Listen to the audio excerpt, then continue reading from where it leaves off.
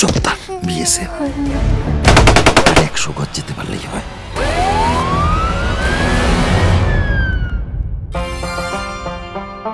ওই যে গ্রামটা দেখতেছিস না, এইখানকার বেশিরভাগ মহাজনেরা জামা কাপড়ের ব্যবসা করে।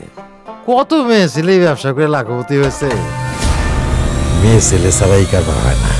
যদি হইতো তাহলে তোরে আর কিন্তু এ লাইনে তো মেয়েদের ইজ্জত থাকে না।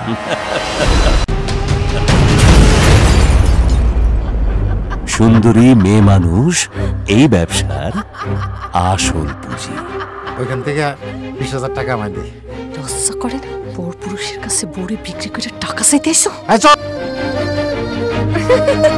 হাফতে লজ্জা করে না? তোমার স্তুতি তো আমার ঘৃণা করে। এখনো সিতারা আছে, কাল যদি তাকে না পাওয়া যায়। খারাপ রোগ ধরেছে। ওরা শোষক আর তোমরা শোষিত। আর ওসব ব্যবসায় যেও না। তুমি ইজ্জত চাও না সিতারা? চাই। আর বাস্তু জমি চাই তো।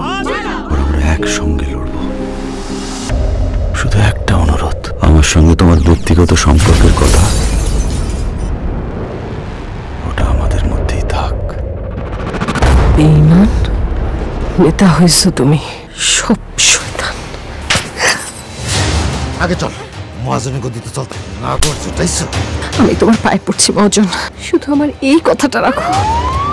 এই সংসারে চেহারাটাই আলাদা। রাস্তায় শুলে খাবলাবে, ঘরে শুলে নিস্তার নেই।